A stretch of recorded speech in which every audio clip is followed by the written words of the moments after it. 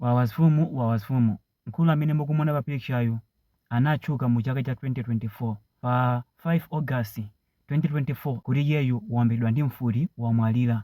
Mkulu amene zina lake ndi Francis Mongolo amachokera ku Blantyre ku Soche. Anthu ena ake pa mapeji awo, peji yake ndi imeneyi akuti zochitika ku South Africa, adapanga post kuti Francis Mongolo wamwalira ku Durban, komweko ku Florida waombedwa ndi mfuti. Mkulu amene sanamwalire, mkulu amene ali moyo. Ndipo post imene anapanga anthu amenewa inali yaboza.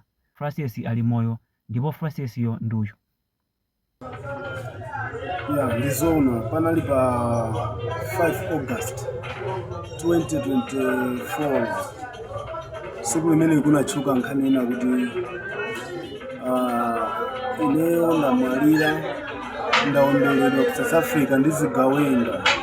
Sindikutha kudziwa kuti kodi anthuwo amene analengeza za nkhani cholinga chawo chinali chani, chifukwa ineyo mu nthawi sindinali pa udani ndi munthu ina aliyense ku South Africa. Sindikudziwa kuti amene anapanga izi ndi ndani,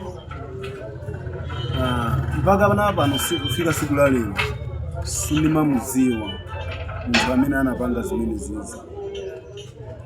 Ndiye ineyo ndabwera pano kungofuna kungodziwitsa mtundu wa Malawi kuti ndili moyo.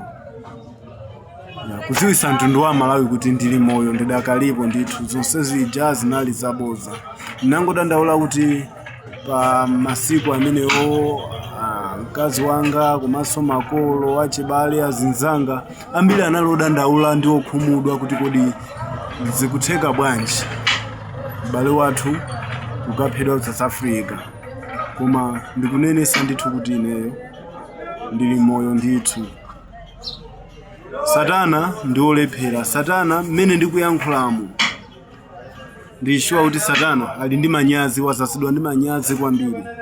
Ineyo ndilipo. Mulungu amene amandisamala siku ndi siku akundisamalabe kufikira siku la lero.